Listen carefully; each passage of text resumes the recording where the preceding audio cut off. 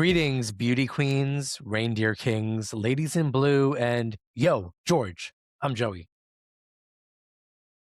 I'm Matt. I'm Kristen.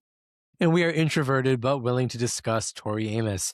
Tonight, we are leaping headfirst into Pandora's Aquarium and having it out over the absolute embarrassment of riches that are Tori's opening and closing album tracks, which are routinely considered some of the strongest and most significant work on their respective records. Tori, when asked about sequencing albums in a 2012 interview with the Quietus, said, I'm always looking at things as albums, not as something that people pull a track off of. I'm looking at the complete work, the fluidity of moving from one to the other. I've always thought that was really essential, being able to sit there and put the album on and have an experience. Every Tori album begins with a promise, sometimes an invitation, sometimes a warning, sometimes a slap across the face. And by the time the record ends, she's left us either inspired, devastated, enlightened, beguiled, catatonic, or perhaps all of the above. Tonight, we are putting those bookends to the test. Now that In Times of Dragons has given us opening and closing songs that I think we can all agree are instant classics, we've decided to rank every opening track and every closing track from Tori's full-length studio albums of original, non-seasonal material. This isn't necessarily about the best songs. It's about the art of opening the door to another world and knowing exactly how and when to leave it. Can an explosive opener beat a slow-burning masterpiece? Is the perfect closer the one that offers resolution and ties a bow on the preceding 60 to 85 minutes?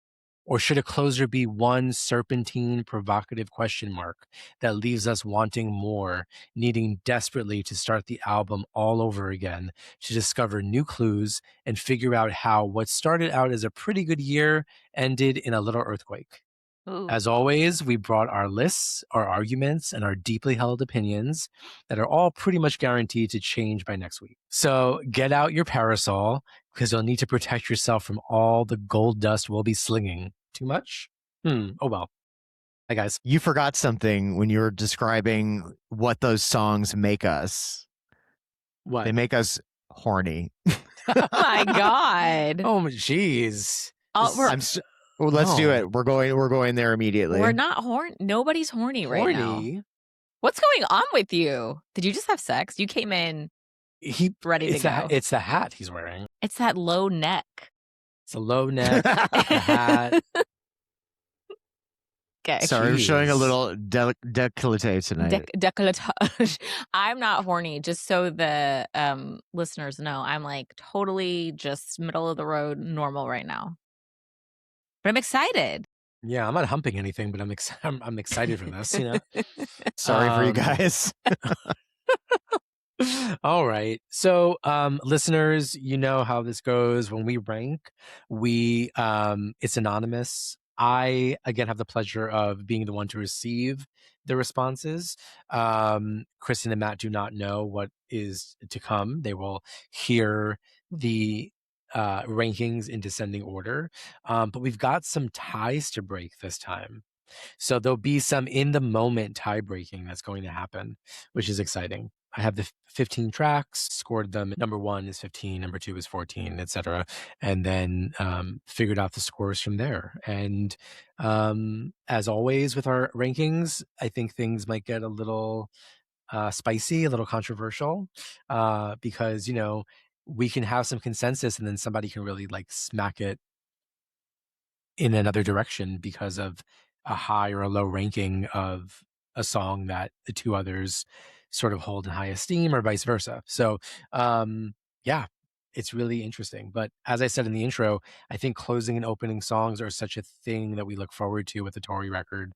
And they really do set the mood, and they do close things out in a way that doesn't feel arbitrary. It always feels really intentional, really careful, and really thematic, you know, and often cinematic at the end. Totally. Yeah. I think it might be important for us to reiterate to people who are maybe just coming on for this episode the albums that we did rank, because we didn't include a couple of things. We did not include EPs or seasonal.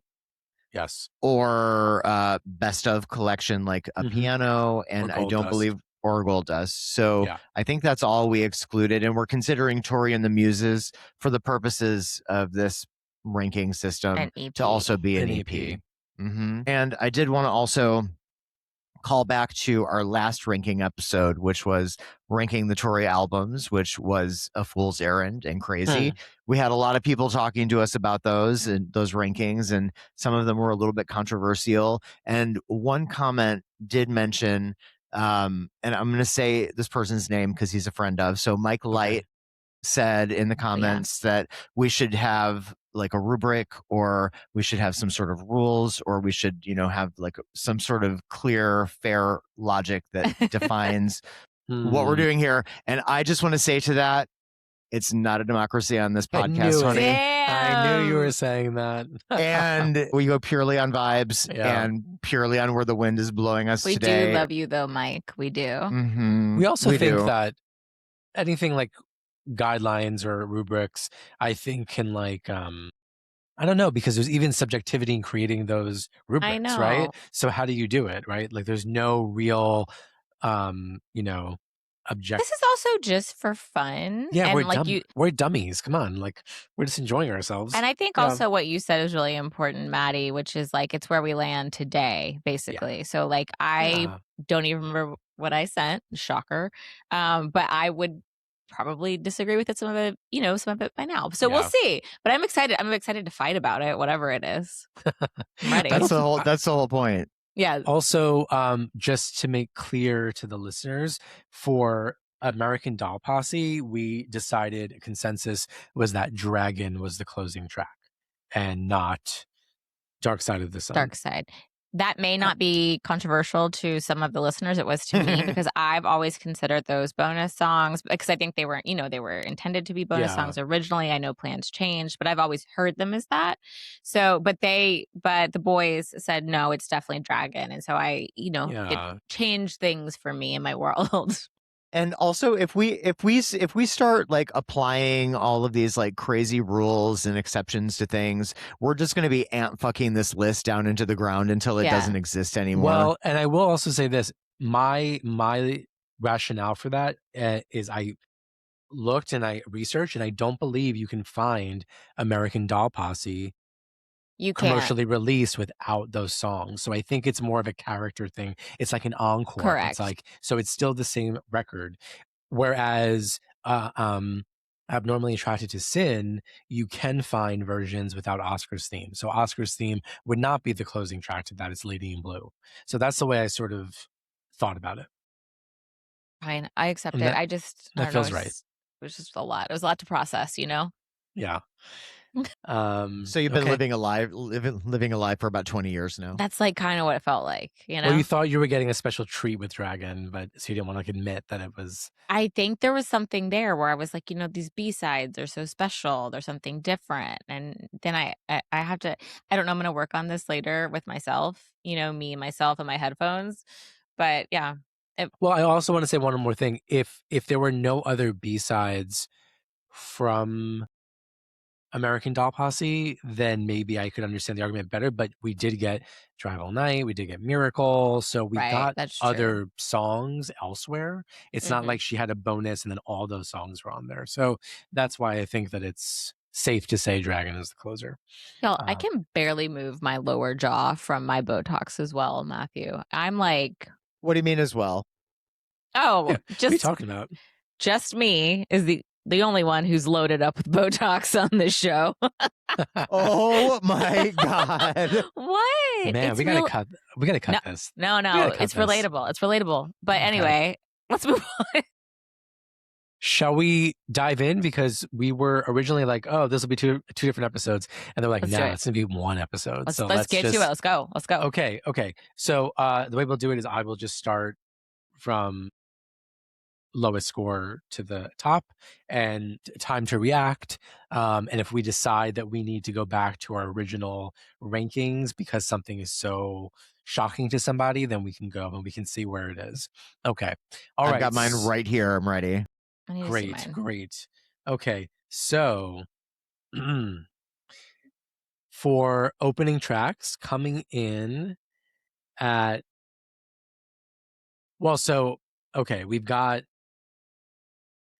these ties that make, they're at the top. The ties are at the top, but so instead of 15, we technically have number 12 as the last one because of some ties. Okay. So coming in at number 12, we have America. Was not my last one, but it was others. Well, I don't have a copy of my submission. Shocker. If you have it, I'd love to see it.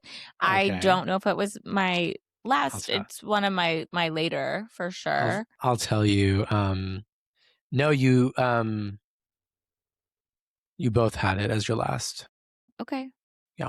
Also, for any new listeners, by the way, we absolutely love and would shank somebody for talking shit about these songs. But I mean, it's just a reason to fight. So, okay. But it seems like we're mostly in consensus around if we had to rank the songs, which we've decided to do, that's that ranking today. Yeah. Okay, great. Okay. And then number 11's a tie, but I didn't make I'm not making a tiebreaker form for this because it's towards the bottom. I think we can sort of hash it out together and argue for it. The top is different. So we have at number 11, Edition of Light Divided and Yo George as our tied for number 11. I would make an argument for Yo George being lower than Edition of Light Divided. Oh, well, I think I disagree. Okay. I'm in agreement with you, Joey. Tell us, Kristen. Well, I like both of those songs, number one. So I'm having a hard time comparing. I know. Very different. Very different. I like it when she does kind of a saucy, weird intro. Like I like a little something kind of out of the box. And for some reason, Yo George gets me hyped, I love Edition, but I love American Doll Posse, so I think it just brings me right back to that fire, Yeah. I'm gonna argue for the plaintiff, Edition of Light Divided. I think that hearing that song coming out of the pandemic was such a core memory for me, and it's so healing, and the message is you don't have to stay broken. And it speaks to coming out of the darkness of that time period and finally being able to see some light and some connection. So to me, it has the edge for that reason. I think it's a beautiful song too, lyrically, vocally, all of it. And it also really sets the tone for that entire album. Now, I too love a weird sort of like, as you said, weird piano intro sort of song. But I think for an album like American Doll Posse, which is so diverse and so wide-ranging and has so many musical styles, I'm not sure with all of the sort of like big personalities on that record that I would put Yo George at the very beginning. I mean, I think I personally think like Bouncing Off Clouds would have been a great opener. I think that's a great way into that record. But again, I am not a musician and I am not Tori Amos, and I'm that's just what I would do for my own playlist. So, yeah, that makes sense. Fair. There's no wrong answers. So it seems like we've got the swap there. It's Yo George, America, Yo George, and then Edition. Yeah, y'all voted. Y'all is 2-1. So you get your way. Okay. Okay. So now we move into slightly spicier territory. Number 10 is Parasol, which I rank significantly higher than both of you. Okay, so where did you rank it and where did me and Maddie rank it? So it was in my top 10. It was number 8. and Okay. you all had it. Maddie had it number 13, and you had it number 14. Okay. There's a lot of good songs. I don't know what to say. I just surprised. I do think that Parasol is one of my favorite songs on that album. I think it's a very strong opener. I might be ranking it lower because of perhaps hearing it live a lot, which isn't exactly fair because that's not what we're doing. Like, that's not exactly the task at hand. You know what I mean? And I love it live, so it's not like, oh, I don't like it live and I ranked it lower. I think it might. It's almost like it feels like it's always present to me. So maybe I was like, oh, it, I don't know. You don't have to defend it. It's okay. I'm just curious. I'm just walking through my thoughts because I actually, I mean, I know you love the song, so it's since it's one of my favorite songs on the album and it's an opener, you would think. Yeah. So I don't know. It's also one of those songs that I think feels like it can only be an opener, Yeah. Like, I don't know where else it would. Obviously, we configured things for our playlist, but in reality, it's one of those songs that, like many of the openers, feels like it can only be an opener. But that might just be, I don't know. I don't think it's just because we're used to it and we're conditioned to it. I think it's because Tori actually crafts an opener to sound like an opener, Yeah, I think so. Yeah. Okay. Maddie, any thoughts? I really disagree with that. I think it could be in another place on an album. Oh, well, we have an episode on that. So that's great. Go to the Beekeeper episode. I just re-listened recently, although it has some funky audio, but it's a good episode. It was an early, it was an early, but it's still good. Here we go. Next. All right. Coming in above Parasol is Amber Waves. Okay. Okay. How did we all rank Amber Waves separately? I will tell you right now. Matthew ranked it at number 9. Oh, okay. I ranked it at number 11, and you ranked it at number 13. Okay. Is that the one that surprised you? For me? I was surprised by Yo George being as high as it was, and I was surprised by Amber, given what a devotee you are of Scarlet's Walk, that it was a little bit lower. But Amber Waves also, it's a really strong opener, but it also feels a lot, there's like an abruptness to it that I think is really, it can be jarring sometimes. And I think Amber Waves could be somewhere else on the album too, even though it makes sense to start there. Musically, I think it could also fit in other spots. It's one of the few that I actually think is true about that. Matthew, thoughts on Amber Waves as opener? I mean, to me, this is at this point, it gets really hard to rank things because, like you said, these openers are so intentional. They set the tone, they set the stage for sort of like long, elaborate concept records. In the case of Amber Waves, I actually disagree with you here. I do think Amber Waves is probably the right way to open it. Dang. I'm not saying it's the wrong way. I'm just saying that I could hear it elsewhere sonically on the record. I see. Story-wise, it's definitely the opener.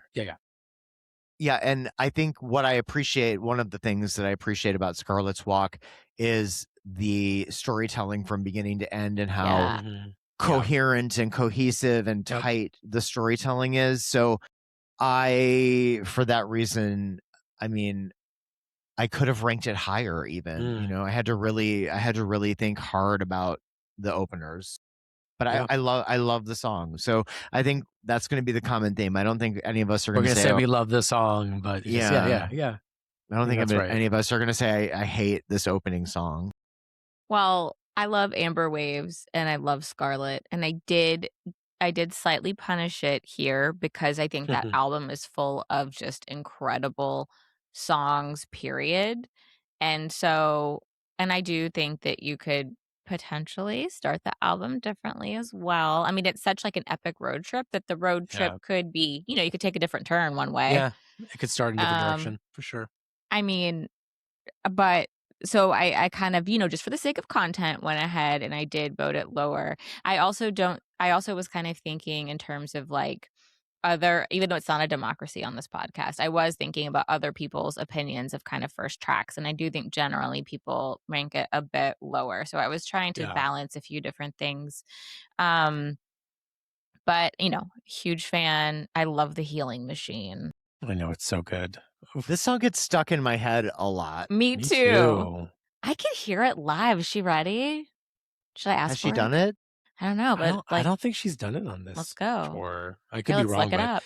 I don't think she Do you has. feel like the person who runs ToriSet.org feels so special because nobody can talk about anything this woman has done live without referencing ToriSet? Because I mean, what a service. I know, God, it's amazing. What a service. No Amber Waves this tour, but let's go to all tours real quick, and then we'll move on to the next. I'm just curious. It was played a lot on the Ocean to Ocean tour. I heard it a few times. Yes, it was 17 times on Ocean to Ocean. Yeah, she was feeling it, which I like. That's fun. But I can hear it with the ladies because, damn, Can I don't remember if I've said this on the Scarlet's episode, but I have to tell you guys, I'm somebody whose ears are like really, really attuned to Tori's albums and the sounds that I hear.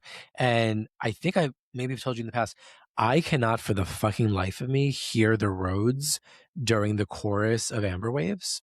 And so many people tell me that they can hear it just fine. And obviously when it's live, she plays that on the keyboard. I can't hear it on the studio version. It's like I have an ear blindness to that mix for some reason. There's something that happens. It's 20 something years later. I just can't hear it. Even with the remaster? Yeah. God. Same question. Twins. Maybe a little bit better on the remaster, but I still struggle. There's something about it. Maybe I think it's just that my brain fixates on other things during that part. Yeah. And I just can't enter it. I've tried. And it's really weird. It feels almost like I don't know, like I'm missing as a color blindness or something, like I'm missing something. I just don't hear it, It's like a note you can't hear or something. It's like a note I can't hear. It's really weird. And I feel very attuned to it. It's very strange. How sad. Yeah, that is sad because I'm gonna tell you right now, I can hear it and it's great. So. I'm gonna listen to it. Maybe I'll put it in. Magazine, you gave it up a private ride, a passage, you gave it up to every boy's sweet dream. You'll put it in the episode, we'll see. Yeah. Okay. Next, coming in above Amber Waves is There Has Been a Shattering. There has been a shattering, guys. Shattering Sea. Which I think it's in a good spot. It makes sense to me. And number 8 in this, configuration. Very, very stressful opener. Very appropriate for the album. One of the stronger songs on the album. It feels like you're running through the house. No notes. It's melodramatic, cinematic. And starting an album with That Is Not My Blood on the bedroom floor, it's like, oh shit. And the string arrangements from our friend Jean-Philippe Chanel are out of control on this one. It reminds me of like a Hitchcock film or a suspense, something suspenseful from the 50s or 60s. But at the same time, it's also like bracingly modern. There's a real nice duality and a really nice sort of callback to things classic without being, stuffy or corny. Yeah, what a remarkable opener, and also what a fantastic tour opener that was on that tour. It was just like mind blowing. It was beautiful. It was intense. It was like really cool to walk into like that. Yeah. I'm holding out hope, and I know we don't want to talk too much about this tour because we've been doing it for many episodes now, but I am holding out hope that we may get Shattering Sea on this tour simply because Tori mentioned it by name in an interview pretty recently as being a song that she was thinking about. So if we're putting the clues together, maybe that will be coming. Yeah, I also think there are only a handful of songs on Night of Hunters that translate live outside of that tour because many of them are very long. They're very, So I feel like a Shattering Sea, a Fearlessness, a Carry, those, Edge of the Moon, like some of those feel really ripe for reinterpretation with the current setup with the Angel Witches. But like Star Whisperer might be too difficult and too long. God, I would love it. I would love that. it. Yeah, but, I know. so you think about some of them and you're like, would this really work? Although maybe I'm wrong, and maybe like something like, the title track would really work with the Angel Witches. I don't know. Like it just depends how theatrical they want to be with the call and response, right? But yeah, I love that song. I think it's phenomenal. I could hear the chase. You know what I'm saying? Yeah. Always here for it. Yeah. Okay. Yeah. Okay. Coming in above Shattering Sea is Give. Okay. I love Give. Is that higher than I put it? I will tell you. Hold on. Let's see. So we have it at 7, but again, keeping in mind that there are ties, so the numbers are a little bit skewed. Yeah. Matthew had Give at number 8 on his list. Okay. You had Give at number 11, and I had Give at number 10. So it made my top 10 and Maddie's top 10, and it was just was a little bit outside of yours. But still, I love this. I love this song. I can listen to it all the time. Yeah. I think it's a great opener for a kind of far out there album that's a little bit experimental and kind of goes in a lot of different directions. I like the creepiness of it. I like the atmosphere, the mood. I love the visualette for it too. I think I think it's all really well done and works together.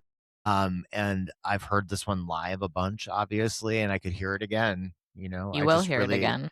I probably will hear it again. Fingers crossed. But it's a song I don't really get tired of. Yeah, I can hear it all the time too.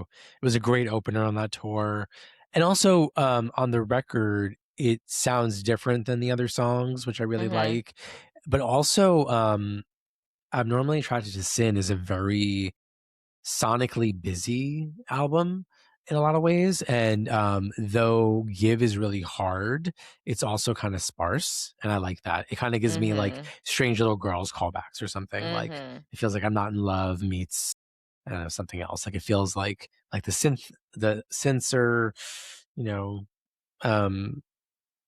in and out and oscillating, and her voice is so intense and so up close, and the piano is sort of like it's there, but it's like it's like pulsating under the surface. It feels like a blood flow or something. Just very eerie and like, it's like intense, but like not showy. There's something about it that just feels very like tight and like chilly, very chilly. Yeah. That's a good word for it. Yeah, I like that. Yeah, I'm a big fan of it. Okay, coming in above Give. So now we'll be in like number 6, and then, but again, we have we have a big tie at the top. So a little teaser. So above Give, we have New Age. Let me see. I ranked. I'm pretty New sure Age. that you said original material, by the way. Well, in the intro. But haven't. Should we cut it out? No. I want to talk about Kristen's hatred of Strange Little Girls for a minute. I don't. It's not original. I know, but it is. But I know. That's why I ranked it. But we counted it in our album rankings as well, right? I know, and I was just keeping it. So I just misspoke then in my intro. All right. Okay. Fine. We can just keep it at that. All right. But let's see. Matthew put New Age at number 7, and Kristen and I both put it at number 9. So it was in everybody's top 10. We love it. And I just fucking love that song. I think it's perfectly produced. Like, I think the album is perfectly produced. I think it's just so cool. It sounds so different than other Tori songs. I love the way we get introduced to the Wurlitzer, and that is like really, it's really very warm at the beginning. Those notes are they just sort of like warm you, and it's a sexy song, really sexy, really really sexy, and horny. very horny, and also the fact that it's a cover of like a live version of that song and not the original is also like, it's cool. That's kind of a deep cut. I like that Tori did that, and also I like the effect on her voice. So like the Wurlitzer is really warm, but her voice is quite it's right in your ear, but it's also like distant and then yearning, and like, I don't know, it just feels really, it's just really hot. I love that song. You just feel like she's like right there in your ears too.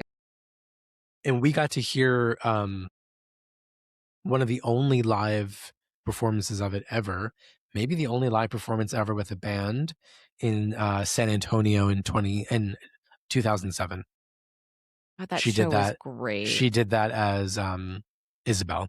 It was a big surprise, and that show was also a full Yes Anastasia, Butterfly, Mountain. It was great. That show Great, was so great, good. and a beautiful theater too. Coming in above New Age, and now the numbers are getting kind of tight. Because for me, it's tough to see this as low as it is, even though it's not low. But we had Pretty Good Year, which it is low.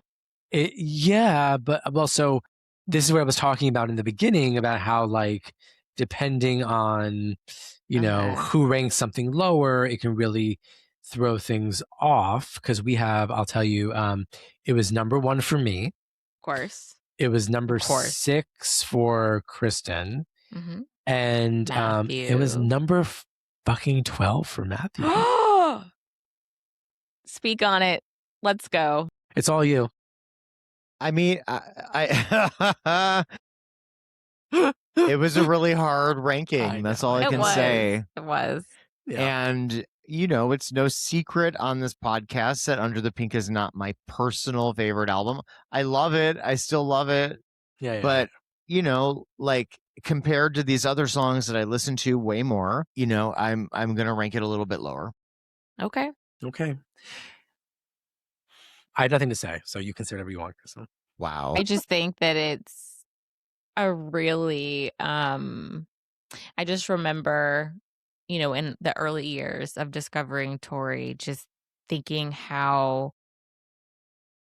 beautiful and then dramatic, and it was just so jarring in the best way. There's a lot of things going on there, and then especially God following that right after. It's just like a really epic album opening and so different than Little Earthquakes, and I think that was one of the things that was really captivating about those early albums. But like, I think Pretty Good Year still holds. That's interesting to me that you would say that you feel like Pretty Good Year is drastically different from Little Earthquakes. It feels different.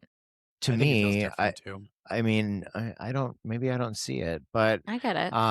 Yeah, I mean, it is also quintessential Tori. Like the song is everything that you would expect from Tori, and I think following up Little Earthquakes with that as the first track makes a lot of sense, because it sort of, to me, again, is very similar to a lot of things that you might hear on a Little Earthquakes, but what it does is it takes you by the hand into some shit that you've not heard before, like God and Bells for Her.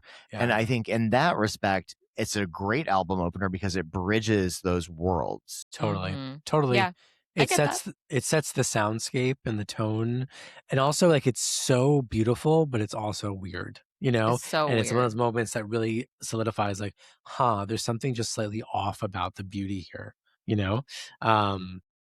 I'm not sure if you ever, I'm sure you did do this, but What? so I don't know if you remember just back in the day when, people would want to like listen to Tori, and you'd put a mix and put Pretty Good Year on, or like have them listen to Pretty Good Year for the first time and watch them. It's always so fun, right? As the moment builds and everybody's eyes get so big.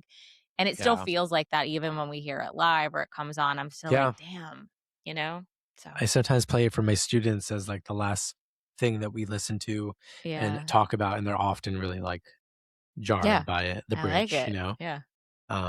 Wake some bitches up in class, Totally. Okay, are we ready for the next track? So coming in above Crucify just slightly. Sorry, coming there we go. Coming in above Pretty Good Year just slightly is Crucify. Okay, great. Yeah. Crucify is iconic. It's the first song on one of the best debut records ever to be made in the history of music. What more could you say about that? We ranked it at number 5. There you go. Every finger in the room is pointing at me. I want to spit in their faces. Like, that is some opener. It's an incredible opener lyrically, and I think for a lot of us, this song was in one of those first, if not the first, pivotal moment of us. I just remember like hearing that in my head on a swivel. I was like, "What is that? I want more of that." It's just really, it was such a strong reaction to hearing something. Also, if you come from a religious background, like I grew up around a lot of Christianity and a lot of church. To hear somebody talking like that and using those words that are so coded, to say the least, they're shocking. It's shocking to hear somebody talking about being crucified, right? It's like still shocking, but 35 years ago, right? Like, debut album, a single. I mean, and tells you who she is right away. I was just gonna say that. That's exactly right. Yeah. You know the identity of this person with this first opening song. Like, think about how powerful that is. Think about what an accomplishment that is. So sorry that we ranked it where we ranked it. No, I think I don't quite think high. most people will disagree. No, I think people lost their minds to hear that song live every show that we've been at. Like, it's still indoors. People are like, yes, give me this 14-minute version of it. Well, I think Maddie's saying some people might want it to be higher. And I think that's what I think. I think so. And I mean, look, it could be. It's just, again, we're ranking Tori Amos opening tracks. What do you want me to do? Not today. I mean, it's just, we're getting to like, we're getting there, and it's just, again, I said embarrassment of riches in the intro, and I mean it. Like, these songs are fucking incredible. So coming in above Crucify, new kid on the block, but instant classic, Shush. Okay, wait, number is that? Fuck yes. So it's number 3, but again, I teased you, we have a 3-way tie for number 1. So if we were to reorder it, it'd be a little bit lower, but it would be like number 6 or something. Still pretty high. Love it. I love this song so much. I would sell my children to hear it one more time. Just kidding. Stop that. You don't have to. You don't have to. Just go. I'm just going. And the live performance is the highlight of every show that I've seen. I just get so excited for it. I'm so ready for it every time. And it's always so good. She's so theatrical with it. Oh my God, it's so good. Yeah. I mean, like, lyrically, musically, there are so many surprises in this song. Vocally, there are surprises. We have been taking to screaming "I'm not asking" at each other a lot on this tour, which is so fun. And like for that reason alone, I ranked this song number 2. I'll be good for transparent. You. I love it. I think it is that good. I think it is one of the all-time best openers that she's done. It's so epic. It's so rich. It goes so many places. I love it. Funny. It's strong. It has balls. Yeah. It's a ballsy song. It's a ballsy song. I have to give a shout out to my cousin Lauren, who told me that since seeing the Tori shows, she's like, because I have a colleague or somebody just to email professionally named Courtney, and she says, and all I can hear is Courtney. She said, I just hear it in that voice all the time. And she's like, I just like almost like, she goes, I have to stop myself from saying it that way. I feel, and I know exactly what she means, you know? Mm-hmm. Yeah. So good. Yeah. I'm curious. I want to look up and just see. Maddie put Shush at number 2 on his list. Kristen put you put it number 3, and I had it at number 6, and I contemplated putting it higher, but I swapped it a few times. Yeah. So yeah, it's incredible. Yeah, really incredible. I can't wait to hear it again. Yeah. So coming in above Shush is Bliss. Sure. Yes. A classic, iconic opener, great album. Yeah. I killed my monkey. Zero notes on Bliss. Bliss is fucking great. Bliss is awesome. It's this Bliss to me takes it takes sort of like the direction that Kristen was talking about with Pretty Good Year. For me on this record, Bliss feels like a really natural extension of Choir Girl, but taken to, you know, just the next degree, like a notch up. It really, and it's also a great kind of, I know the lyrics are a little crazy. I mean, opening an album with the lyrics, "Father, I killed my monkey." Yeah. It's out there, but Bliss at the core is a pretty straightforward rock song. Yeah. At the core, and a great choice of a single, a great choice of an opener for Venus. You know, you have those sort of celestial wind noises, the swirling winds of Venus, that put it sort of in outer space, which is really interesting. So a rock song in outer space is totally something I'm into. Also, I'm trying to do it in my head really quickly, but I guess Beauty Queen Horses doesn't technically have background vocals either, but there's something about Bliss that it just sounds like a live performance. You know what I mean? Like it sounds like a concert performance without an audience. And that is a really interesting way to start the record. Are you sure it's not because of the video? Do you think that? Well, the video certainly emphasizes that band celebration, but Bliss feels like, you know, sung, just finding things to fight over. Sung straight. Well, we don't have to fight. We don't have to fight. We can. Sung straight through, and it's like it feels like just one performance, no frills. Okay, I have to now send y'all the three-way tie sheet. Can we just fight about it? No, we have to vote. No, there's 3, so we have to vote for this. I'm gonna text you the form right now, and you guys need to vote. Okay. Oh my God, live! It's like we're on American Idol. Yeah. So obviously, the 3 songs are Reindeer King, Spark, and Beauty Queen Horses. Shit. Oh my God! Those are both tied. Both had 40 points. So I've just sent you the form. Let's do it in real time. Let's vote.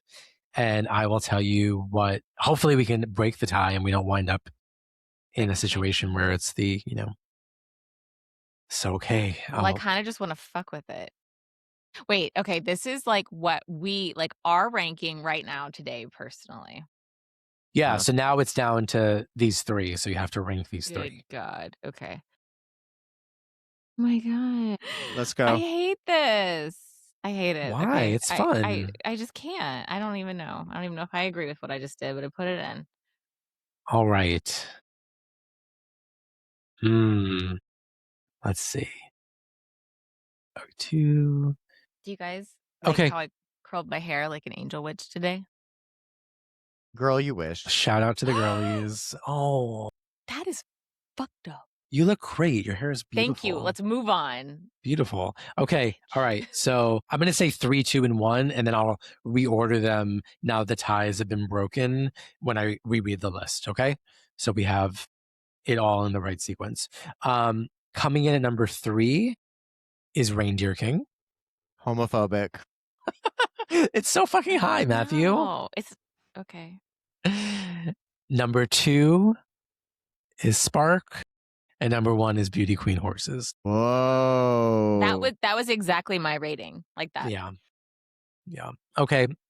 What do you want to say, Matthew? Yeah. We know you have strong feelings about the reindeer. I feel like you guys are being hateful on purpose to me for some reason. I did do it. I did. I put it 3. I didn't know if I agreed with it. I knew Beauty Queen was 1 for me. Look where Pretty Good Year got put by you. Fucking I was just going to say this is why you're doing that. I understand. It is not. Reindeer King, I'll tell you, Reindeer King for you is number 1, number 4 for Kristen, number 3 for me. Quite high. I don't know what to say. I think this is good. There's been a shattering. This is a good list. Y'all are whack. I'm good. I feel good. Okay. Let's talk about your choice of Beauty Queen Horses for number 1. Technically, is Beauty Queen the song that opens? No, it's Beauty Queen Horses. No, it's not. They're on the same track. Yeah. Don't try to cover technicalities here. It's not gonna work. We already went through this with Dragon, okay? Like it is what it is. And you and I both know it's Beauty Queen horses. It's weird. It's unsettling. It walks you. It walks you into a new world. It references an old world. Mm-hmm. That's good. That's good. I like that. We love it. Narrative. That's all you need to say. I guess. Well, also, Reindeer King and Beauty Queen horses feel quite connected to me in a lot of ways. I think so. They feel like sister songs. Spark is such a special song. It feels like it. Shush feels like it lives in the same space as a spark. It's got some of that, like, it's rock, it's weird, it's passionate, it changes several times, it has sounds we never heard from her before. So Spark is a really talk about cinematic. Oh yeah. Spark, I think, is one of Tori's most cinematic songs, especially with that incredible music video. Like, oh my god, reinforced how brilliant it was. Very cinematic. Yeah. I'm happy with this list. And Spark also, just one more word about Spark. Yeah. Spark was, when Spark came out, and I remember hearing that song in my car driving to work in Detroit, Michigan, on 89X, the alternative radio station out of Windsor, Canada, across the bridge. What a time. Wow. I know. And that was, before you could buy it anywhere, they debuted it on the radio. And I remember I pulled over because I was like in shock that that's what I was hearing. It was so new and so different and so much of just an evolution from what she had done on Pele, which had already just blown my mind completely. And here she is 2 years later doing that again. Like there are so few artists who have the capacity to provoke like that and who have the chops to be able to execute on a vision like that. Yeah. And I've said it before, but it bears repeating that when we heard that she was going to have a live band and people didn't know what, many people were like fatalistic about this in the community online. It was just like such a debate. And I think that it took a minute for people to get used to Spark. Spark is a fucking classic song now, but it took a minute for people to settle in and be like, whoa, this is Tori, but it's so different. And it's funny because though piano is not throughout the entire song, the piano that you do get is super strong, loud, like propulsive, dramatic. And I remember thinking that it always felt strange to me that people were apprehensive about a song like Spark when you went back to Pele and like the singles on Pele were Caught Like Sneeze, Tallulah, Hey Jupiter Dakota, like not much piano to be found there, so it's like it was funny how like there was sort of because the rest of Pele is so piano forward that you sort of don't, like, people didn't think like, well, maybe there's more piano on the rest of the record. Like it was just something that we were like blocked about, like so scared that the record was going to be, so different. And now you look back at it and you're like, it's just quintessential Tori Amos now, I think at that point too, people were so conditioned to seeing Tori by herself pretty much on stage, with the exception of having Caton on the, the 96 tour. But, they were used to getting nonstop solo piano, and that's quite frankly being spoiled by her to think that you're gonna just get that for the rest of your life, and then you bring those expectations to the record, which is to me personally that's crazy. You just can't do that. You can't expect somebody to be doing the same thing that they do live on record. Period. I mean, we're not. I would say that we're not, at least historically, have not been a fan. What? Who's we? Who are you saying we? Everybody. Everybody who. Wait, we have not been a fan. We have not been a fan base that deals well with change. Would you disagree? I agree with you. Do you disagree with that, Matthew? We, as a fan base, the collective. I don't like to be a part of any collective we.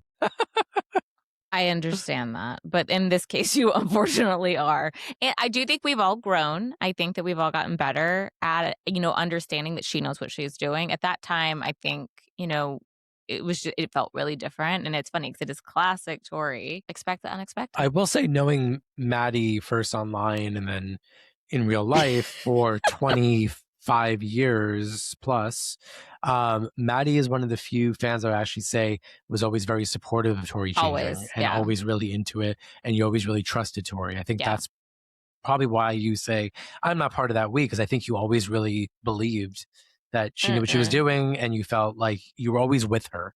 You were always going along for the ride. You never resisted.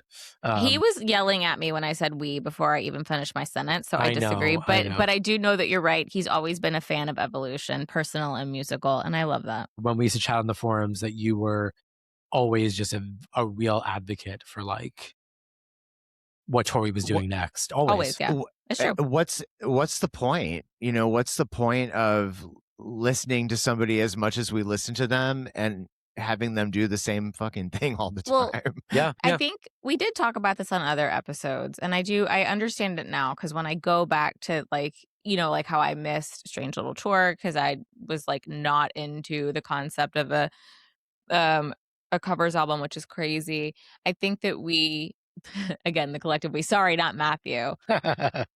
I was going to say, what do you mean? What do you mean when you didn't like it? You still don't. I do love it. But it's a covers album. I mean, it's different. It's her own. I love it. Okay, but I missed the tour, and that's really hard to swallow. And it's also really hard to swallow that I missed a lot of the Beekeeper tour. I only saw one show on that tour. Like these are choices we've made. Okay, but for some of us who've had trouble with the changes, I think it's because like if the woman and the music and the entire thing is your lifeline, it's scary for it to change.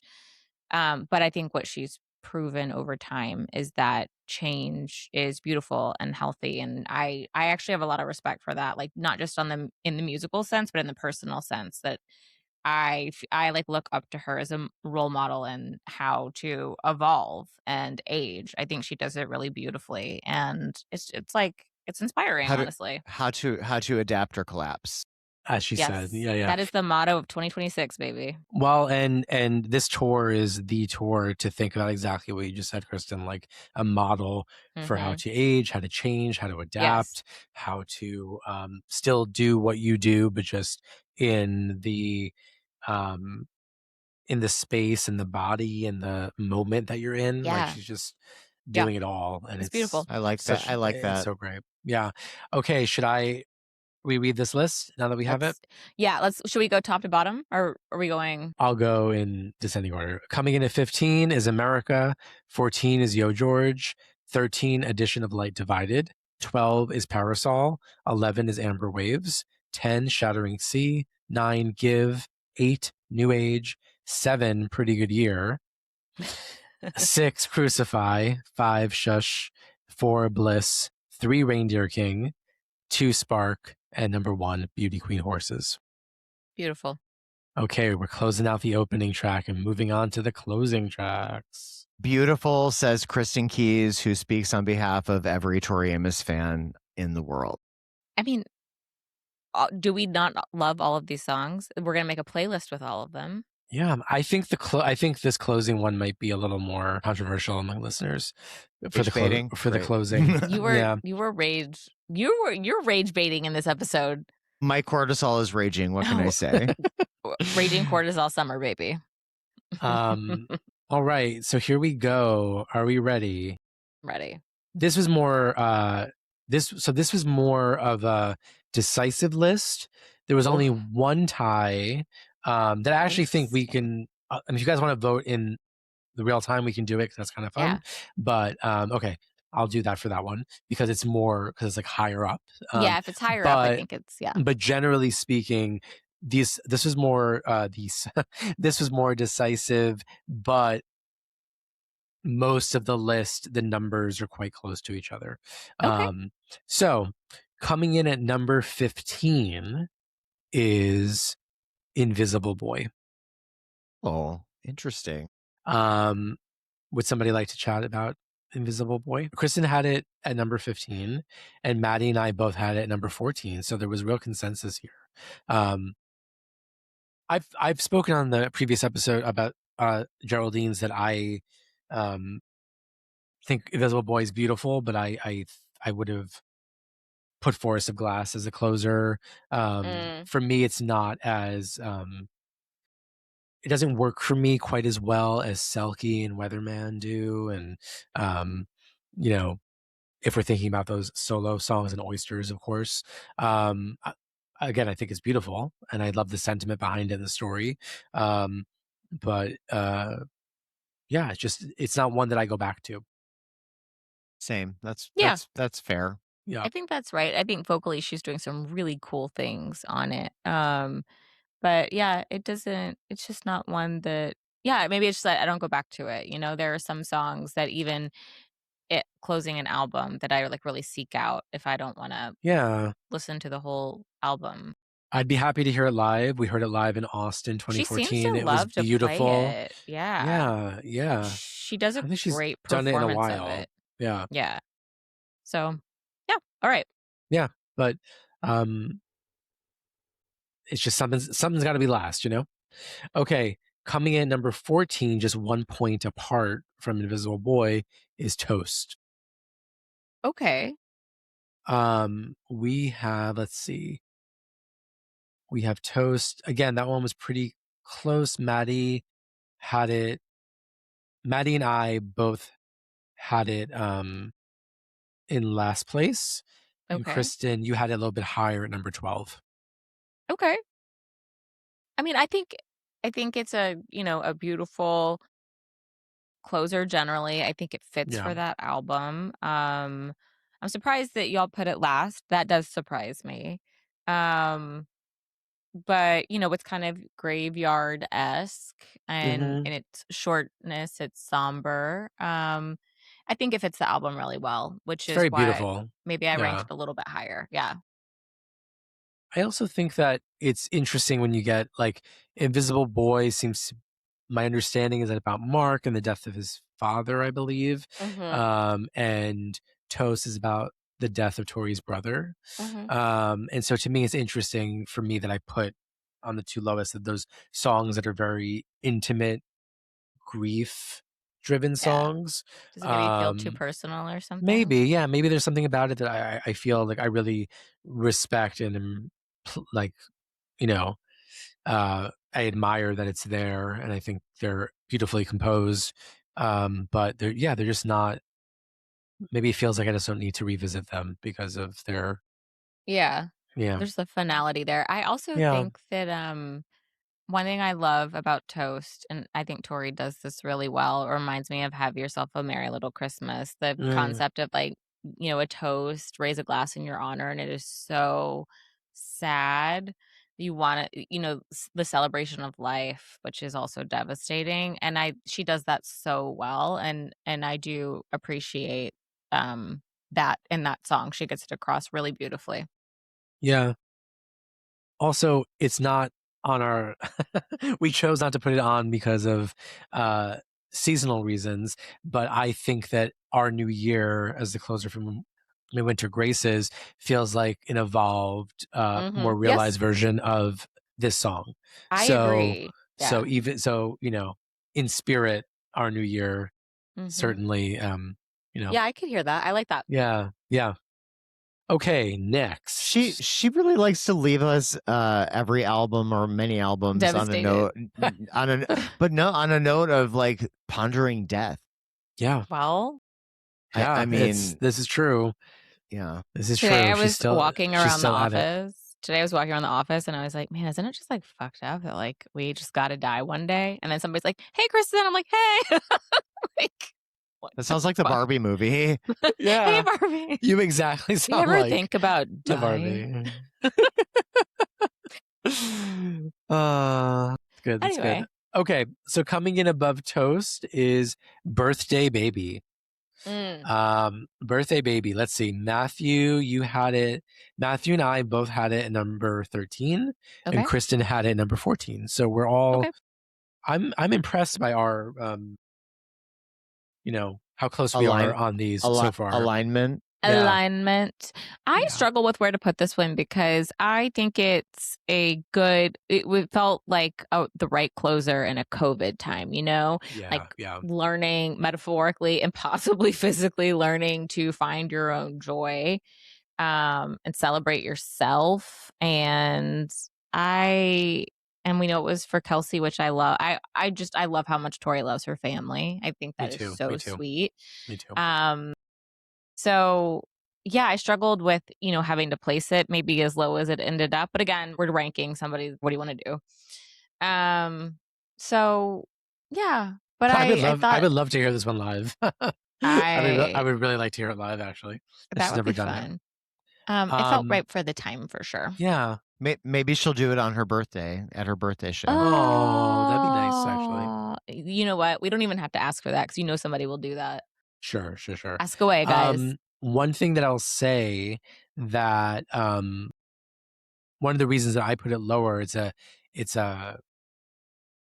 nitpick, but it has such beautiful piano and it's mixed quite low.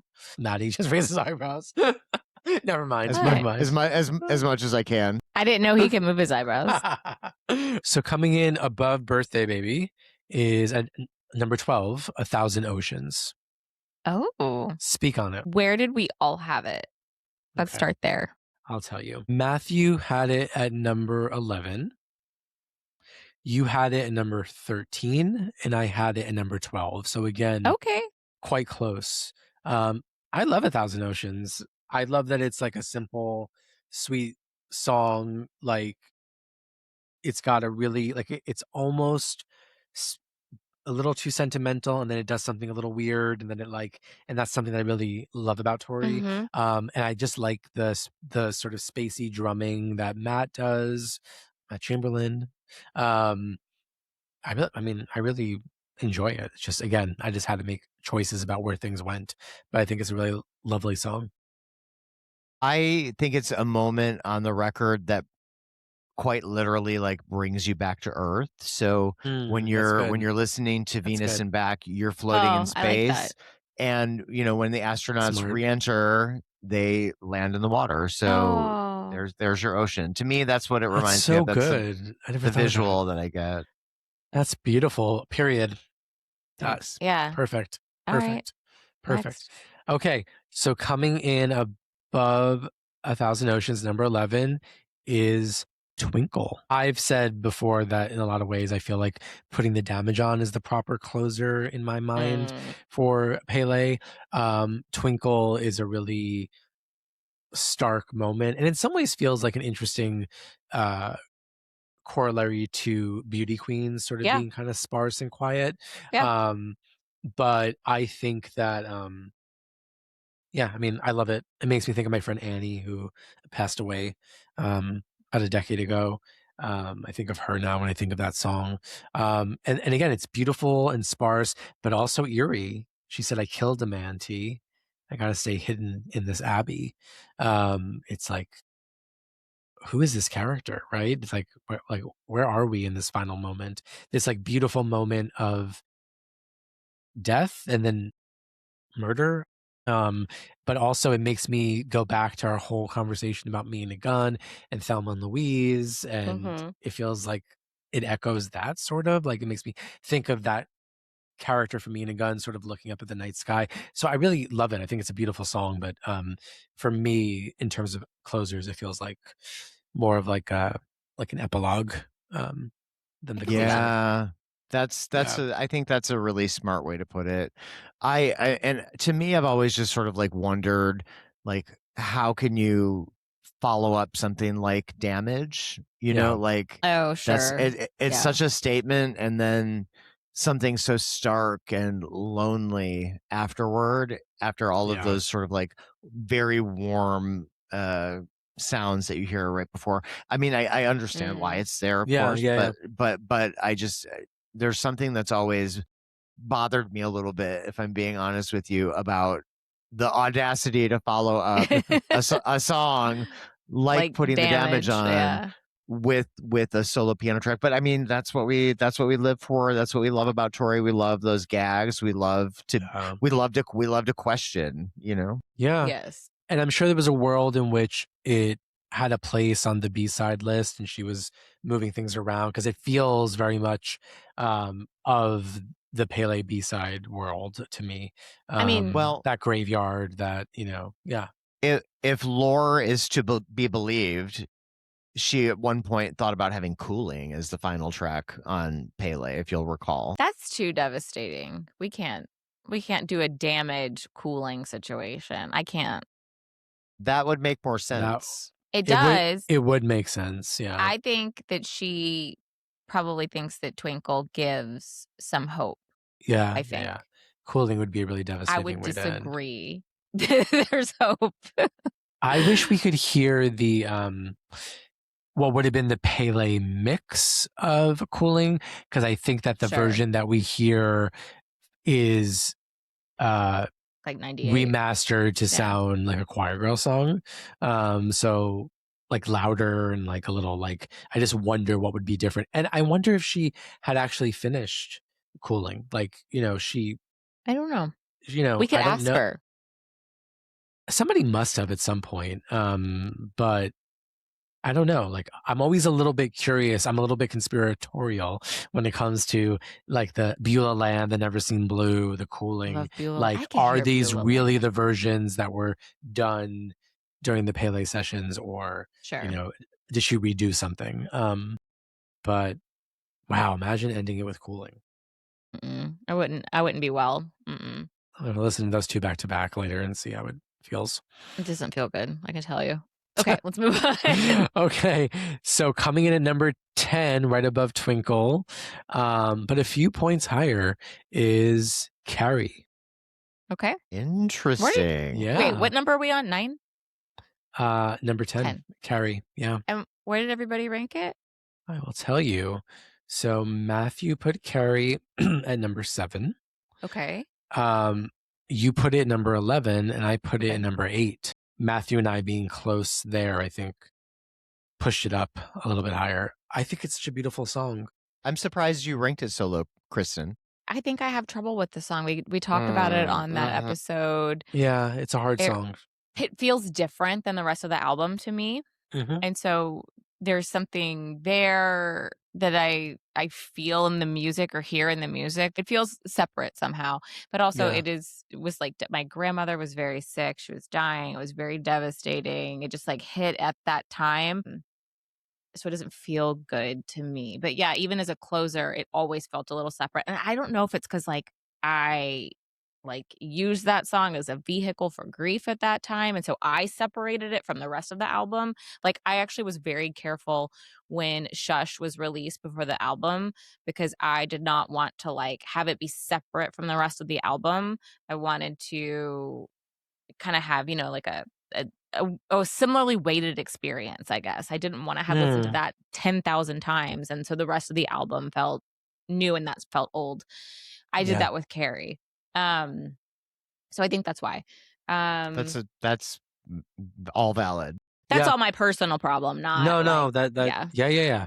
And it's nothing about the quality of the song to you. You're saying the opposite, actually. That's about the associations. It's about so painful, which I mean, I don't know if that's the point, but like message received on the song, you know? Yeah. Great. Anytime I hear about tattoos in a Tori song, I always think of Daisy. So this song now reminds me of Daisy, you know? So it also has a painful connotation for me too. But I get that. I think the lyrics are just achingly beautiful.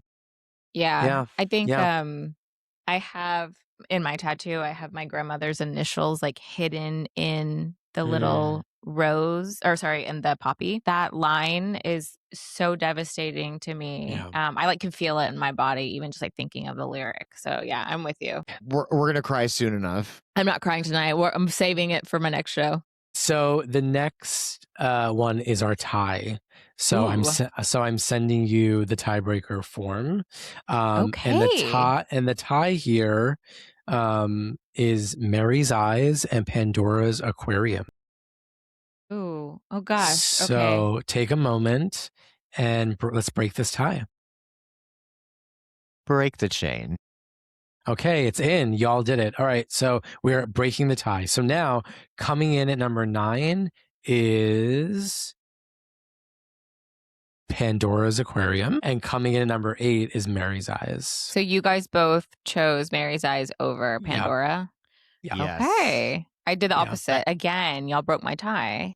I think it's, for me, an easy choice. Me too. I mean, not only because Native Invaders was such a top record for me and all of that, but I was thinking about Mary's Eyes specifically when we were ranking, because I wanted to rank it higher. Yeah. Truly. I wanted it to be even higher than it is, because I started thinking about the circumstances of that song. And, you know, it was being written while Tori was doing promotion for Audrey and Daisy, doing an Oscar campaign for the song, and on the road talking about the movie everywhere for us. At the same time, you know, she was dealing with the tremendous personal tragedy. Her mom was in the hospital, and to be able to create that kind of art, that kind of beauty, it's so special. And to get that kind of window into something so personal but yet so universal, it just again speaks to Tori's generosity as a writer, as a performer. And I'm just astounded that anyone could have the presence of mind to be able to record that and do that song given those circumstances. It's got to take a really extraordinarily gifted and visionary person to be able to turn that pain into something that other people are going to find beautiful and uplifting. It's very special. Yeah, I think you're right. Beautifully said. And to talk about Pandora for a second, you know, I've always been very honest that like Pandora is the song that feels very separate from Choir Girl for me. Like I may, you know, I may have voted to put Cooling as the closing track on Choir Girl and put Pandora as a B-side. It feels, and to know there was a time when she considered Pandora to possibly be the opener of the album, if it's to be believed with the order in the thing. But Purple People was also considered to be an opener at some point, and that wound up as a B-side. So part of me also wonders, what if Pandora were the B-side and Purple People were the closer of the album? What would that be like, you know?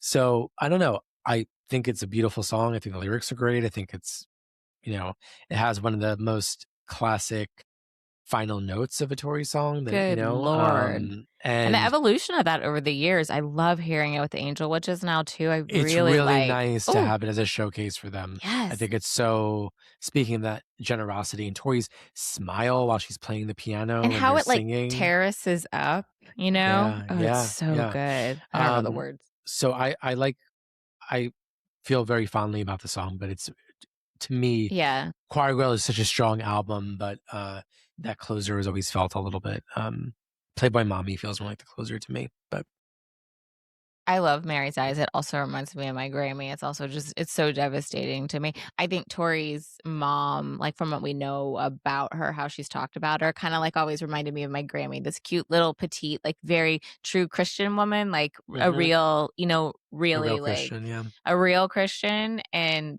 I just, yeah, it's also hard to listen to because of that. But also like you said, Maddie, and somebody said it, I think, like generous, that you could use that pain to like create something so beautiful for other people as well.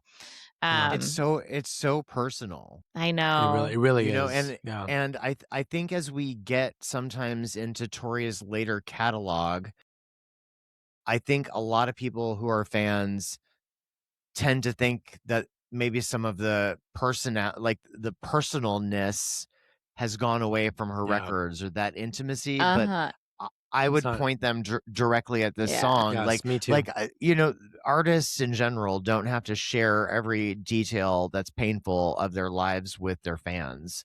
You know, they can experience that in private and have an artistic life that's completely separate. And even if Tori is not necessarily always talking directly about herself and her own life, she's obviously like woven threads of her real life into it. Yeah. But this song this is her real life, and it's her mom. And I think I think it's really words escape me because it really is that special. And it's also not a coincidence that she has never performed it and probably never will. And I think it's because it's a devastating song, but there's also she is holding out hope to bring her mother back. And we know that's not the way things ended up. So I think that it's incredibly personal. It's incredibly personal and raw and beautifully produced, and piano's incredible. JPS's work on it is remarkable. Oh yeah. Just so beautiful. So such incredible work. And again, to book and Invader with Reindeer King and Mary's Eyes, which both feature work from JPS at the beginning and the end. I felt like Tori was very thoughtful in what she wanted to do and how she wanted him to contribute. So that's a real gorgeous pairing there. So now at number 7, Real Men. What was the for? Too low? I think it's pretty high, actually. Oh, yeah, well, what did you? We're in our top 10 now. Yeah. I just didn't know if you thought it should be lower. Was the No, should it be higher? If you think we're already skirting some rules by having the covers album in here, then maybe not. No, I love it. I probably ranked it higher than both y'all, is my guess. Let's see. If I had to guess, I love Real Men. You ranked it, Kristen. You ranked it number 7. I ranked it number 6. And Maddie ranked it number 10. Okay. That was his because he ranked it 10. Got it. That wasn't me. But it made his top 10. That's true. It is an amazing song. It is Joe Jackson's song is great, but I think Tori improves on it in sort of ways that are hard to fathom because it doesn't quite make sense that her version could be, to me, more definitive, but it is. And I think his version is incredible. It's his song, but I don't know. I think it's Tori's song. And she says the F slur, which you love. Yeah. I love it. I find that uncomfortable as as a delicate woman, but she delivers it. She sure says it. Yeah. In the right way. The song is so well executed. I love how you can hear the pedals too when she's playing. It sounds so forceful. Piano is so good. It's so like urgent. Being manhandled. It's like fast but delicate. Also, shout out to Adrian Belew, whose guitar work is just fucking epic on that song. It sounds like it's just like soaring. It's triumphant. It's tragic. It's like it's everything at once, and the guitars really elevate. I always think that Tori is sort of like singing this song at like in the voice of a gay man. I know she did sort of like boy drag for the record, or androgynous drag rather. Yeah. But I think when she's singing this song, it's really her singing from the perspective of all of her gay friends, and we all know like Tori's legendary commitment to the gay community. She loves gay guys, loves gay men, and was sort of like raised with gay men. They're the ones who sort of brought her, lifted her up when she was first starting out in the piano bars in DC at the gay bars. So that's why I don't have a problem with her saying words like that, because I think she is singing it from our perspective. I agree. I think that's spot on, and I think that's why it works, right? I think it's cool that she can give voice to hopefully all her, gay friends when she's singing that. I love that. No, I also don't think that it's, there are a lot of times there have been other artists who have tried to use that word in their songs. Jewel, for example. Oh, wait. Jewel has a song where she says the F slur, and to me, it seems very different. It seems stunty to me. Well, performative, a little bit. Mm-hmm. Yeah, and I don't find it that way with Tori. Yeah. I don't think it is here or in Taxi Ride. I think both ways it's very genuine. Okay, number 6 and number 5 are just 1 point apart from each other.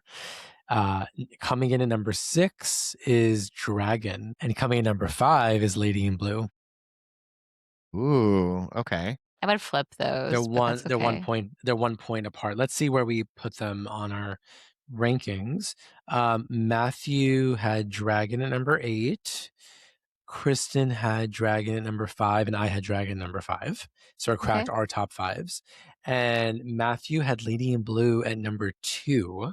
Interesting. And you had Lady in Blue at number 8, Kristen. Sure. Okay. And I had it at number 7. So we both had Dragon above Lady in Blue. Yeah. But they're 1 point apart. Yeah. Okay. Both incredible songs. Incredible. I still, when I hear Lady in Blue, I get really excited by it. And there's that moment at the end when the piano just starts kicking in after I Can Play Too. And for a long time, like, we all know it's a good song. You know, it's got those great keyboards at the beginning, those floating sort of ephemeral, is that the right word? Sound, yeah. And when we were talking to John Philip Chanel about his favorite songs, I remember he brought this up and I was really surprised. And I remember he said that he sort of wished that he had a chance to play on it. And he had different ideas for it. Yeah. And, you know, I've always thought of it as, you know, it's a fairly straightforward song structure wise, you know, in a lot of ways. But when we talked to John Philip Chanel about his enthusiasm for the song, it sort of gave me permission to love it as much as I actually do. And it's one that I love hearing live. I love hearing it on the record. I never skip it when Best of Tori Amos playlist serves it to me. You're not allowed to skip the Best whole of Tori thing. Amos. Yeah. Right, of course. Yeah. Well, also the fact that Lady in Blue, the first time that we heard it was when she performed it at South by Southwest, and there was somebody recorded it, and it was solo piano, and then you get the album version. I think it was Saker who recorded it, by the way. Okay, thank you, Saker.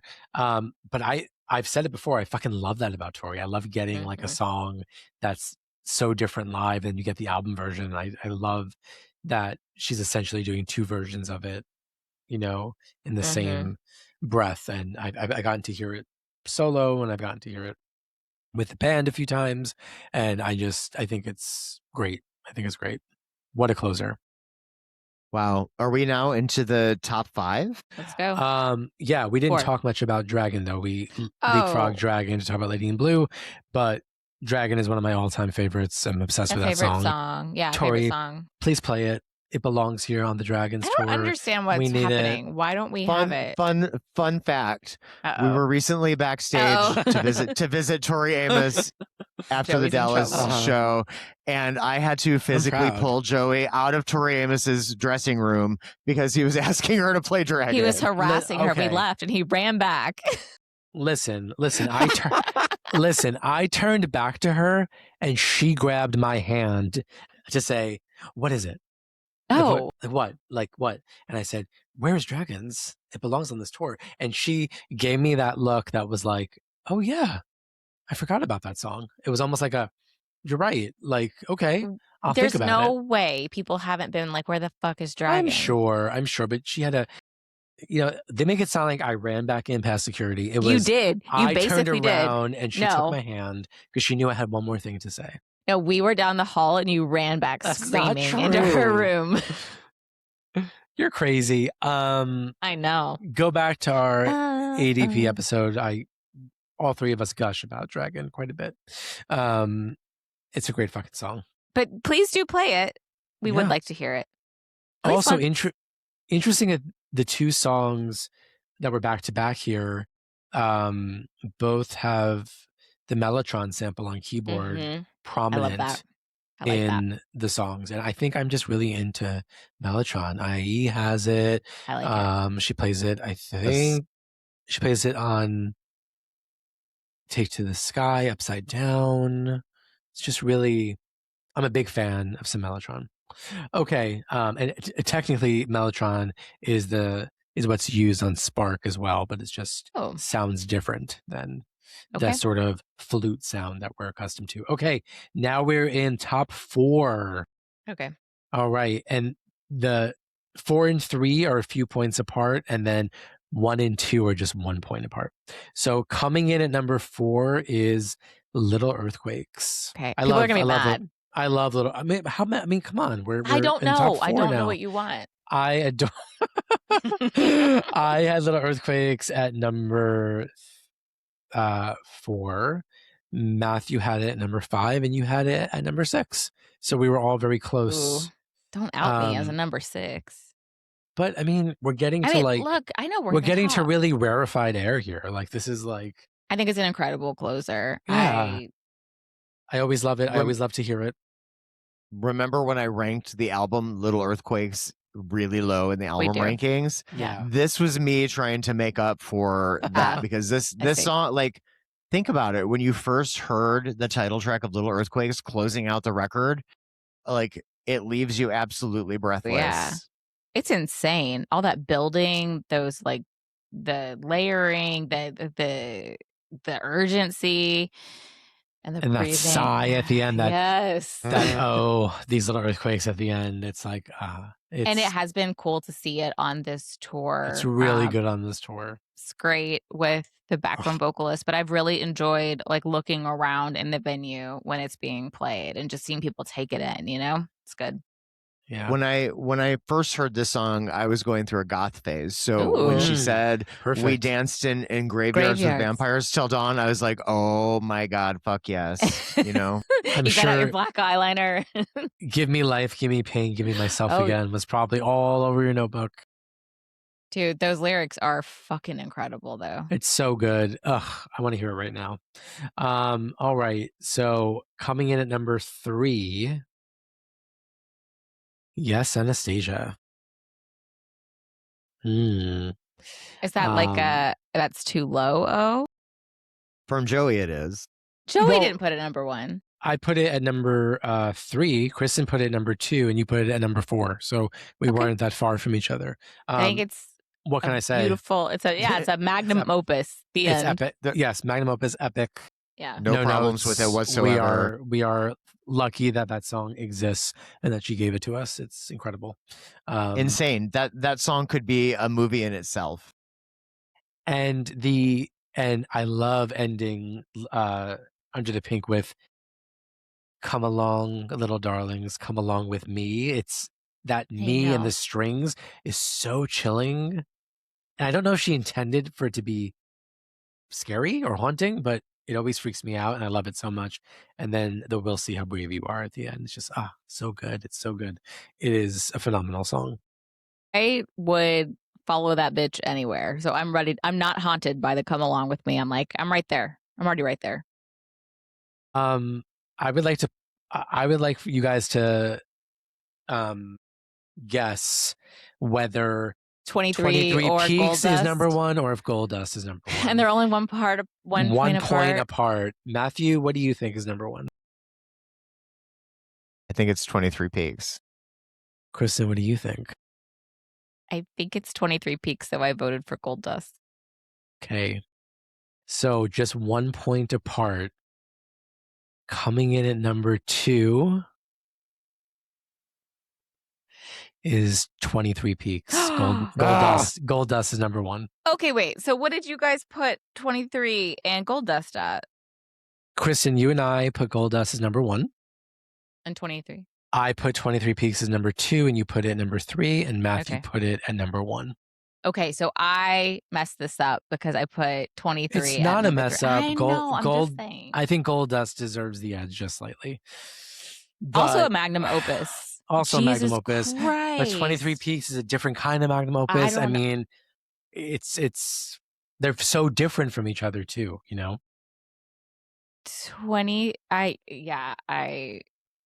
I almost wonder too, did I rank it a little lower than I would because it's new and I'm trying not to have recency bias? I mean, 23 Peaks fucks me up in all kinds of ways. Well, and to have a album closer this long after that album closer, like, you know, race up to number 2 is pretty impressive. Yeah. I think. 24 years apart. Yeah, that's true. Yeah.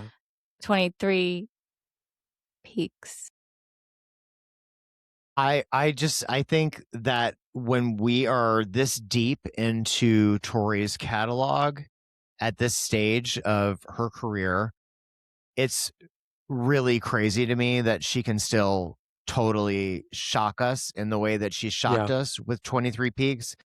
I have a lot of respect for the vulnerability and for the realness and for the frankness that she brings to that song, but also the mysticism and the lore and the reinvention of Tori as an artist in this song is so commendable and so staggering. I just, the whole album surprised me, but when we get to the final track, I couldn't believe it. And there's no piano on it also. Let's mention that. Yeah. I remember, I don't know if we talked about it in our track by track, but you guys had listened to the album like just a few more hours before me, or maybe an hour before me. So I was slightly behind. And in group chat, you kept being like, oh, she hasn't even gotten to 23 yet. And I kept like kind of rolling my eyes. I was like, I mean, I'm sure I'm gonna love it. I'm like, they both love it. I'm gonna love it. And I was like, You couldn't believe just how. I want to just say though, like, I don't even know if I love the song. I don't know. I don't know if that's a way to describe it. Like, I'm in awe of that song. It's the song hurts. Go ahead. It hurts. It hurts. Yes, it's painful to listen to. Wait, hold on. What? If you really want to feel something, okay. If you need to feel something at like 4 a.m. Also, when I asked Tori Amos if she was an insomniac, at 4 a.m., if you really need to feel something, you pop an edible. Well, hopefully at 3 you've popped the edible, so it's kicked in by 4. And you just like go into your living room with all the lights off and you put fucking 23 Peaks on your headphones. You will feel some shit, okay? Okay. You'll commune with your dragon kin. I want to say everything that Maddie said about 23 Peaks, I think in a very different way, you can apply so much of that to Gold Dust. Because Gold Dust is also surprising. I think that even though it fits more conventionally, like, okay, closing track, ballad, swimming in strings, like we think we understand what it is, but it's not. It's about this other evolution. It's her as a mother. It's her at the end of this journey. So both of these songs, it's not a coincidence, I think, that Scarlet's Walk and 23 Peaks, are both these sort of like road trippy albums. But one is surrealist and one is very much grounded in reality, but it's about a transformation. In both songs, the transformation is this this being coming out of her body, right? It's the blades coming out of her. It's this other version of her sort of escaping and transforming her. And in this case, she is transformed by birthing this birthing this child, which when she was doing the 92nd Street Y Q&A in 2001, I remember her saying that being pregnant was beautiful, but also felt like an invasion, like that you have this, something is taking over your body and you are sort of at its whim and you can't control when it comes out of you and what it's doing inside of you. And that's true of this dragon, right? And it's not a coincidence that like she's talking. Yes. And also, yes, making you sick. And also because she has said herself that the dragon is also this postmenopausal Tori. And you look at the Tori who births her daughter, right? And this is a different moment in your fertility and reproduction. And so to have those two together, birthing the child, sort of the, what at one point was probably for Tori thought of as like peak woman to birth a child. And now it's like peak woman. 23 Peaks is this other thing. She's this other thing now. And another kind of woman, this dragon woman, right? This half dragon, half woman thing. So they actually mirror each other in very surprising ways. It's giving me like David Cronenberg levels of body horror, what you're talking about right now. Like how being a woman, your body goes through absolute hell. Like that's what she's talking about in both of these songs. Truly. Yeah. I think also women suffer all the time. Yeah. Only women bleed, baby. I was thinking about it when I was ranking these two songs, thinking about, because obviously there's a lot of like themes of death with Toast and other, there's a few other. But, I think when you're pregnant, like the veil between life and death is like at its thinnest. And it's like something I thought about a lot when I was pregnant. Um, and especially like in birth, like when that line from 23 Peaks, she went there to heal, but did she die? Like that's something that I like it's weird because it's not like it doesn't exactly match to childbirth or something like that, but it reminds me of that too, because you do emerge differently and you're in an incredible amount of physical pain where you don't even feel like you're on this earth anymore. And so, but it's like this thing that it's happy. You leave with a baby, but you've gone through this transformation that is it's very difficult to explain. Um, and so I think like that theme of like the veil being thinnest and evolution she has in a lot of songs, but especially these. And I like that I didn't think about them being, 25-ish years apart. Like that's pretty iconic too, that she still is exploring these themes in her music and with us in a way that makes us feel a lot, It's interesting too, because I mean, you're bringing a perspective to this that Joey and I don't necessarily have as men, the physical part of being a woman. And maybe that's the reason I'm so intrigued by both of these songs is because it's explaining a mystery to me that I'm never going to really know the truth about. I can hear about your experience. I can hear about Tori's experience with these things, but these are things that I'm never going to experience myself, right? So it's interesting to hear her take on it, and to hear your take on it too. And the thing about Tori that historically, since the beginning of her career, that she has discomfited mostly like the white straight male listener because she's been so unapologetically singing about what it means to be a woman, what womanhood is, and it is, and she's found new ways to do it from 28 years old to 62 years old. I mean, and she'll continue to find new ways to do it. So it's just 23 Peaks and Gold Dust.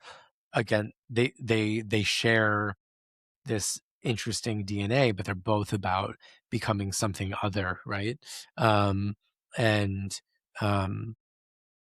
both equally emotional and poignant and painful too, because the beauty of Gold Dust can feel painful too. Like Yeah. it's Well, how did it go so fast? yeah. You're already looking in the rear view. Yes, totally. It's already And like memory is a double-edged sword. Yes. And that album was 24 fucking years ago. And it's wild that her daughter is a grown woman now, but also like that we've, been fans this long and have seen her go through all of that too in these songs. So that's a weird, like kind of emotional mindfuck thing too. And hard. I don't know, like I had those moments when we were listening to Cooling Live in Austin. I was having all those same kind of feelings of just, I don't know, passage, evolution. Maybe that's why this tour is so emotional for all of us, Yeah. right? Because of that double-edged sword of memory. We're happy to be this far into it, but looking back, it's both. We have these joyous memories, but when you look back at those joyous memories, you realize, they're not going to necessarily happen again. Well, we can't end on that devastating because that's not true. We're riding this baby till the wheels fall off, okay? yeah. But it's weird. I don't know. It was weird just like thinking about how many shows we've been to, how many times we've done this together. And I mean, hopefully we just do it forever and the world explodes. I don't know. I hope Tori knows that we're gonna need her to be touring into her 90s. She'll be fine with it. She'll be like that Barry Manilow video, that Barry Manilow doing that shuffle. She's good. We need to get her in a flat, though. We can't have heels. She is not. She will come out with a cane and heels. Oh my God, stilettos. If she has to. Good Lord. She will not give that up. Remember what Mae West did when she was in her, I think, 80s. She was carried out by a group of like muscle boys. Oh, I like that. Stage. That's very Mariah Carey. Tori could take that cue. Yeah, and that's a long time away. So we're good. But she needs to stop breaking her bones. That's the only thing. She's been good. She's been good on this tour. Guys, this is great. So I hope that listeners and viewers love this episode, because I think it's Do you want to recap that? You want to go? Yes, I'm sorry. Closing tracks. Okay. Descending order, and then we will link it in the show notes. And great. Yeah. All right. Number 15 is Invisible Boy. Number 14, Toast. 13, Birthday Baby. 12, 1,000 Oceans. 11, Twinkle. 10, Carrie. 9, Pandora's Aquarium. 8, Mary's Eyes. 7, Real Men. 6, Dragon. 5, Lady in Blue. 4, Little Earthquakes. 3, Yes, Anastasia. 2, 23 Peaks. And 1, Gold Dust. Amazing. Beautiful, says the collective fandom. Except Matthew, who's not. You heard it here. Kristen speaks for everybody. Follow, subscribe, go to the merch store, and come find us on our. I only have one more show left. I'll be at Red Rocks. And me and Joey will be in Red Rocks. Me and Maddie. Where's after that? Albuquerque to Berkeley. Come say hi. If you need a Dragon Standard Time hat, I'm going to need you to buy that right now, because if it doesn't come, there's nothing I can do about it. Right now, I have about 20 of them in my suitcase, and so that's great. But if you don't order it now, I cannot help you. And those 20 are basically spoken for. I know. Yeah, we have to. We have to touch base about that. I took one. Yeah. Okay. Thank you, everybody. Love you, Maddie. Love you, KK. Love you. Okay. Love you guys. Bye. Good night. Bye.